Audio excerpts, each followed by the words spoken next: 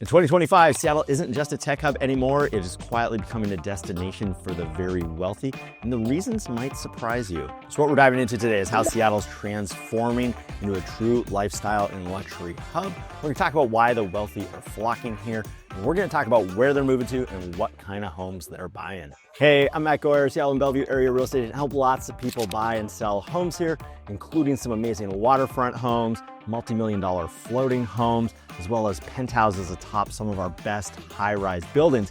So in this video, I'm going to share why the very wealthy are flocking to Seattle like never before. Let's start with what's changing here in Seattle and why it's drawing so much attention from high net worth individuals across the West Coast and beyond. Let's start by answering the question, are the very wealthy actually flocking to Seattle? Well, we've been tracking this data since 2016. Every year we count up the number of home sales over $5 million in King County. This is single family home sales. And so you can see in 2016, there just weren't that many, a little over 25 sales.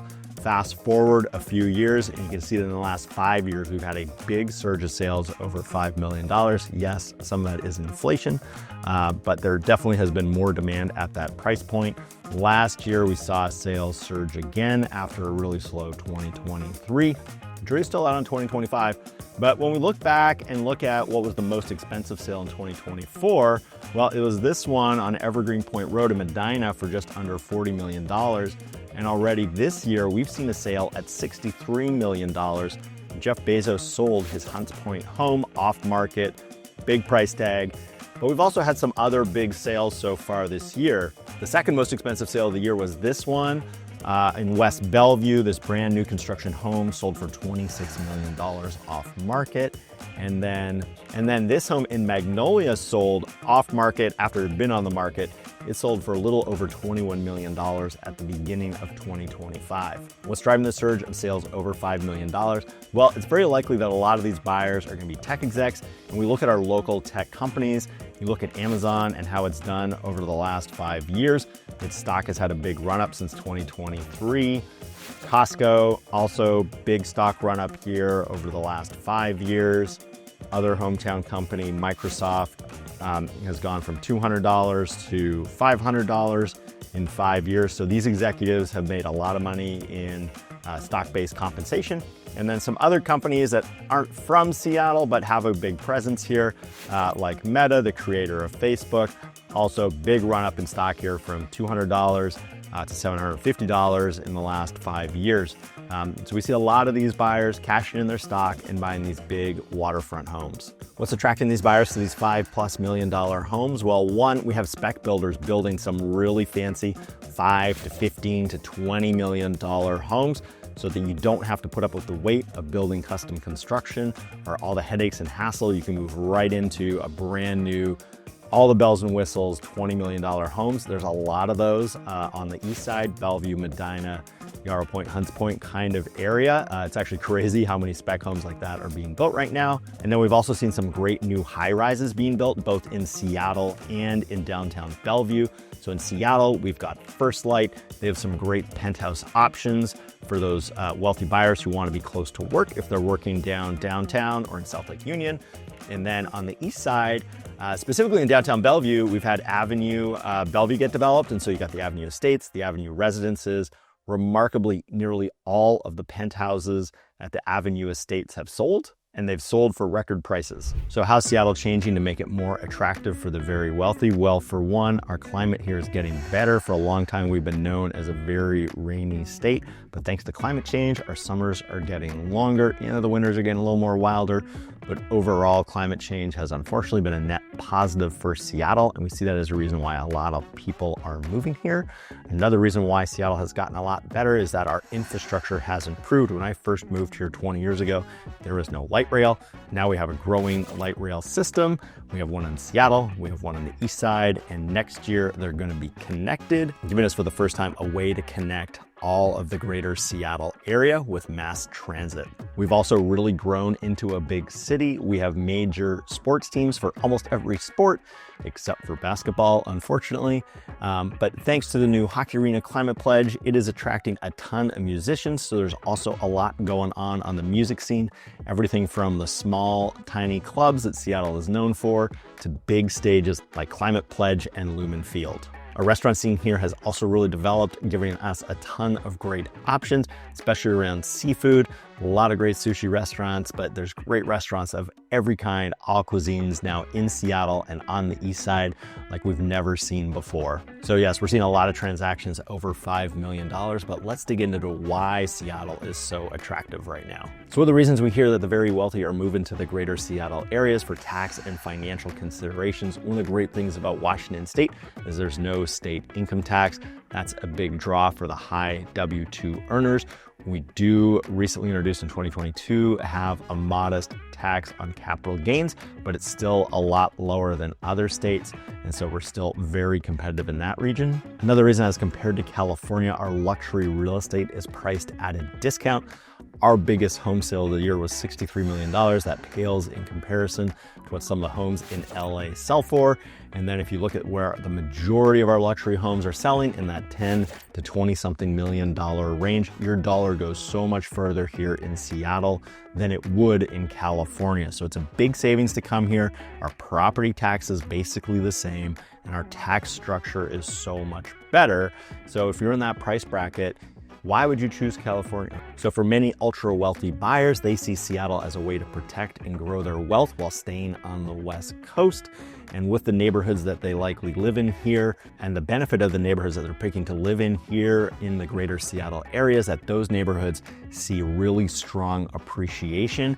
And so luxury real estate here is also viewed as a long-term wealth preservation strategy. Of course, it's not just about the tax savings. Very few people move here just to save some money on taxes, but there are some things that only a Seattle lifestyle can offer. And for the very wealthy, lifestyle is everything. And Seattle just offers this rare blend of privacy, exclusivity, and world-class amenities. So for starters, we got these waterfront estates on Lake Washington. They start around $5 million up to, sky's the limit, around $60 million there. But they offer a great lifestyle. Almost all of them have docks. You can have a boat, you can go for a swim, you can go for a water ski before work, you can go surfing after work. It really is an amazing lifestyle, and most of them are in very exclusive gated communities and then are gated themselves. And then spread out across the city, you got some great enclaves. So over on the east side, you've got Medina, Yarrow Point, Hunts Point, all very exclusive. And then in Seattle, you have communities like Broadmoor and Blue Ridge that offer something similar, but at a lower price point than what we're seeing on the east side. And then thanks to a mini building boom that saw a bunch of high rises being delivered between 2020 and 2025, we have some great new high-rise condo options offering you sky-high living. And then you have some options over in Bellevue at like Avenue Bellevue, where you sit atop an Intercontinental Hotel. So not only do you have an amazing condo overlooking the city, but you get all those hotel class amenities as well. So you get room service, you can get daily housekeeping, and all kinds of other great hotel features. Great hotel features rivaling New York and LA. The city has also quietly become a great cultural hub. We have a bunch of fantastic new restaurants spread across both Seattle and the east side. We also have a ton of sporting going on. We've now got the Sounders, we've got the Kraken, just tons of options. We're just short a basketball team, but hopefully we get one of those soon. And finally, many very wealthy buyers love that Seattle is low-key, it's laid back, it offers seclusion and privacy. Yet both downtown centers are very close to a lot of these areas we've been talking about. But beyond lifestyle perks and the fact that Seattle is a beautiful place to live, many of these very wealthy people are choosing to live in Seattle for some very practical reasons. And that's because Seattle has long been known as an innovation hub. So what makes us an innovation hub? Well, we have some great companies that got their start in Seattle and have grown into global brands. On the tech side, you've got Amazon, you've got Microsoft. On the more traditional side, we've got Starbucks, we've got Costco. All these companies got their start here, employ a ton of people in the region, and have really shaped Seattle into the city that it is today. So those tech companies have generated a lot of wealth and have attracted a lot of talent to the area. So now we have a very strong, vibrant tech ecosystem here. Tech companies of all shapes and sizes, and that too has resulted in a large amount of venture capital. We have a thriving venture capital scene and angel investment scene here as well. And also as a result of our strong tech ecosystem, we get a lot of buyers here relocating from California.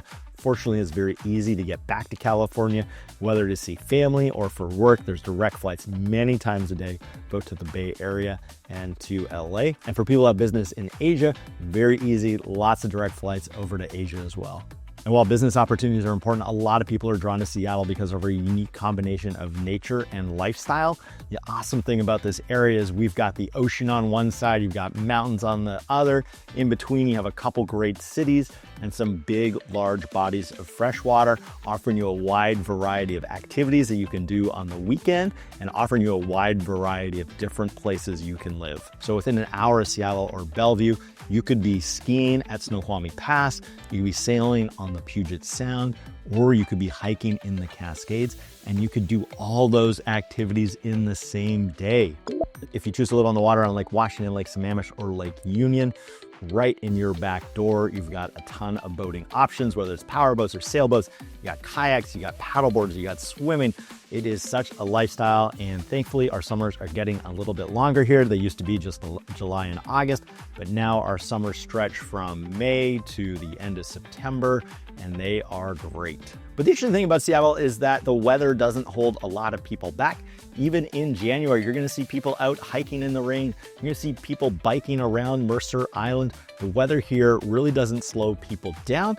And the great thing is there's just so many different things you can do every time of the year. But there's also more factors at play here, and that is Seattle's long-term value and real estate investment potential. So for many wealthy buyers picking Seattle, they're not picking it just because of the tax reasons or the lifestyle, but they're thinking about it as a strategic investment for their portfolio. So why do we say it's a good strategic investment? Well, if you look at the data and you look at the more expensive neighborhoods, they are seeing more appreciation than other lower priced nearby areas. So take, for example, we got Bellevue, big city here. Its 1 year change in appreciation is 2.7%. Now compare that to Clyde Hill, which is just to the northwest of it. 1 year, it's seen 4.1%. And then if you look at Medina, which is to the west of Clyde Hill, northwest of Bellevue, it too has seen a greater 1 year change of 3.9%. And scroll down and you look at the median price here over the last 7 years, you can see that Medina has had some great home price appreciation, as has Clyde Hill. Now, why is that the case? Well, it comes down to land scarcity. So Seattle is sandwiched in between a bunch of different bodies of water. We got the Puget Sound over here, and you've got Seattle land in here, and then you got this other big body of water, Lake Washington. And you got Lake Sammamish over here. If we zoom out a little further, you got the mountains over here. So there's actually very little land to build on within the greater Seattle area. Of course, downtown Seattle got built out first. Downtown Bellevue now is really built out, and so we just don't have a lot of land. And so if you want to live in one of these prime neighborhoods like Medina or Clyde Hill or Hunts Point, there's really no vacant lots there. And so for developers, it's costing them a lot of money to acquire homes for $2, $3, $4 million, tear them down to build those big spec houses that are costing $15, $20 million. And then we've seen some new condo developments really attract some outside buyers. An example of that is going to be First Light, built by West Bank. So First Light, downtown Seattle, 3rd and Virginia, is 48 stories, 459 units. Really design forward building. It's got a pool cantilevered out over the city, and it has really resonated with the overseas buyer, and they've snapped up a lot of the initial units in that building. Now, wealthy buyers, they also see Seattle as a blue chip market in terms of real estate investment. Yes, we have a strong tech community, but also we have a very diversified economy. There's people come to Seattle for all sorts of reasons, not just tech jobs. And then compared to other luxury markets like LA, Miami, Manhattan, we are way less volatile. Seattle offers steady growth and lower downside risk as compared to a lot of those other markets. So now we know why the ultra wealthy are flocking to Seattle. Now let's dig into what they're buying, where they're buying, and get really specific. Okay, so to figure out where the very wealthy are buying, let's take a look at all the home sales we've seen so far this year over $5 million and see where they're clustering. So as you can see, in Seattle proper, we don't have that many sales over $5 million. The $5 million and above buyers really going to 3 distinct areas. They're going to Mercer Island, they are going to downtown Kirkland, and they're going to Bellevue. But Bellevue's a catch-all. We'll break that one down last. Let's get started with Mercer Island. So as the name suggests, Mercer Island is an island. It's a real island. It sits between Seattle over here in Bellevue over here. You can zoom in it. It's a long, skinny island. It is connected to Seattle and Bellevue with I-90, an interstate here. So it's got great road access, and pretty soon it's gonna have light rail connecting all this up as well. So if you live on the north end of the island, that's gonna be great. It's gonna be really easy to get to downtown Bellevue and downtown Seattle without using your car. But what attracts the ultra wealthy to Mercer Island? Well, it's got some great waterfront real estate because it's an island. You've got some more affordable waterfront here on the east side, and then prices, start around $5 million on the east side. And then as you get to the south, it's going to get more expensive, though you got a longer drive to get down the island. Most of the most expensive real estate on the island, you're going to find it on the upper west side here. Very rarely do homes come up for sale here. They are hard to find. And then the other place that the very wealthy love to buy and live on Mercer Island is going to be the north end of Mercer Island. It provides great access to I-90. You can be in downtown Seattle in 10 minutes. You can be in downtown Bellevue in 10 minutes, assuming traffic is reasonable. So what kind of homes are the ultra wealthy looking at here on the north end of Mercer Island? Well, you got a home like this one. It was built in 2021, so it's really not that old. Built by a world-class team. It is a truly amazing house, totally move-in ready, totally dialed in. Or if you're looking to save a little bit of money, you can buy this older waterfront home here. Faces north, it's got big views, it's also got a pool. Would be a great way to live and get on the water. But also, if you want to live inland, Mercer Island offers some expensive inland homes as well. So here's one at 5.5 that just hit the market. It's got nice views, great proximity to I-90. So this actually had a buyer email me about it. So very curious to see how quickly that one sells. And then as an example of some more affordable luxury options on the island, we just helped a buyer buy this home here, brand new construction. It is down on the southeast end of Mercer Island, but you got a big brand new construction home. It's 4,100 square feet, 5 bedrooms, tons of space, looks really nice. It's got all the bells and whistles, really well built. And the price tag relative to some other options around the area, it's pretty affordable at $3.6 million. So other than waterfront, why are people drawn to Mercer Island? Well, the number one reason you're probably going to hear cited is the quality of the public schools. Mercer Island has some great public schools. It's also got a really strong sense of community. Contributing to that, you got a couple of beach clubs. So if you want to meet people, beach clubs is a great way to do it. Just budget some time to get in, and they're not inexpensive. Mercer Island's also got a lot of great hiking trails. And if you live on the north end of the island, one of the great things is the town center over here. So you can live on the island, you can get a lot of stuff done on the island. You don't necessarily have to leave. But in terms of tech jobs, most likely you're going to downtown Seattle, South Lake Union, or you're going over to Bellevue. There's not really any tech companies headquartered here on Mercer Island, but because of I-90, it's very well connected. Next on our list is going to be Kirkland. So Kirkland is over here. It is northeast of Seattle. It is north of Bellevue. Kirkland does have some tech companies with headquarters and offices in the greater Kirkland area. It's also very close to Redmond, which has been home to Microsoft for many years. And then there's an increasing number of tech companies opening up offices in Bellevue. So through 405 here, you have easy access to Bellevue. And I would say you have relatively easy access to Seattle, but if I was living in Kirkland, I probably wouldn't be thrilled to try and be making it down here to Amazon and South Lake Union, because you got to deal with the bridge, 520, I-5, and then the off-ramp on Mercer. That's a bit of a disaster. So I think Kirkland's going to appeal to people who are primarily working on the east side. And it's got some great waterfront. And the special thing about waterfront in Kirkland is that there are a lot of waterfront options where you are walkable to downtown Kirkland. And downtown Kirkland is a very mature city. It's got a lot of different options in terms of restaurants, shops, and bars. And so it's one of the few places you can live on the water and you can walk and get a bite to eat. Now, in terms of houses, what do they look like here? Well, let's see, here's a $10 million move-in option ready on the water. That one's a little bit inland, so Kirkland also has some expensive inland homes. If you want to build your dream waterfront home, here's an opportunity where you could get some land for $7 million. And then you've got some other options here, 8.4, or you could do a condo like this one for 5.5. This is actually a 3-story condo right on the water. But the area that most very wealthy buyers are going to flock to is Bellevue, but that's kind of a catch-all. Yes, there's a city of Bellevue. It's kind of a catch-all for all the surrounding areas as well.